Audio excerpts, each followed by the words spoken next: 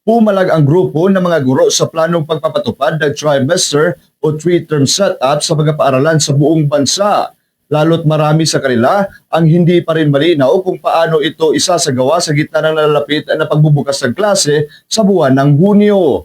Sa panayam ng Bombo Radio News Team kay Roby Bernardo, ang National Chairperson ng Alliance of Concerned Teachers, sinabi nito na patuloy ang pagtutol ng mga guro sa mungkahi ng Department of Education na gawing 3 termino kada school year ang klase. Layon sana ng DepEd na bawasan ang mga nawawalang araw ng pag-aaral dahil sa mga suspensyon tuwing may kalamidad. Ngunit iginiit ni Bernardo na dapat munang sumailalim ang sistema sa pilot testing bago ito ipatupad sa buong Pilipinas. Muling idinaing ng mga guro ang nanatiling mababang pasahod sa kabila ng krisis sa ekonomiya. Binigyang diin ni Bernardo na siyam sa bawat 10 na guro ang nagdurusa sa maliit na sweldo, kung saan 75% sa kanila ang hindi pa rin maituturing na living wage earners. Dahil dito, marami ang baon sa utang sapagkat personal nilang gastos ang mga gagamitan sa pagtuturo, bukod pa sa kanilang pang-araw-araw na pangangailangan. Panawagan ng mga guro sa pamahalaan na itaas ang kanilang entry-level salary sa 50,000 pesos at gawing 5,000 pesos ang kanilang personal economic allowance. Mariin nilang ipinaabot na mula pa noong 2009 na nanatili lamang sa 2,000 pesos ang allowance na natatanggap nila. Dagdag pa ni Bernardo na pag-iwanan na ang mga guro pagdating sa sahod kumpara sa ibang mga propesyon na nagsisilbi rin sa bayan, gaya ng mga sundalo at iba pang uniform personnel. Nakakalungkot mga professional yung mga teachers pero hindi po professional yung sahod, no? 9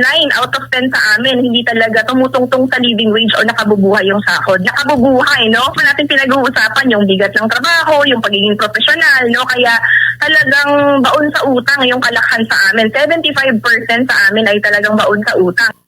Mula rito sa lungsod at lalawigan ng Cebu, Bombo Nathaniel Sandoval. This is Bombo Radio Philippines, #1 in most trusted source of news and information. Basta Radio, Bombo!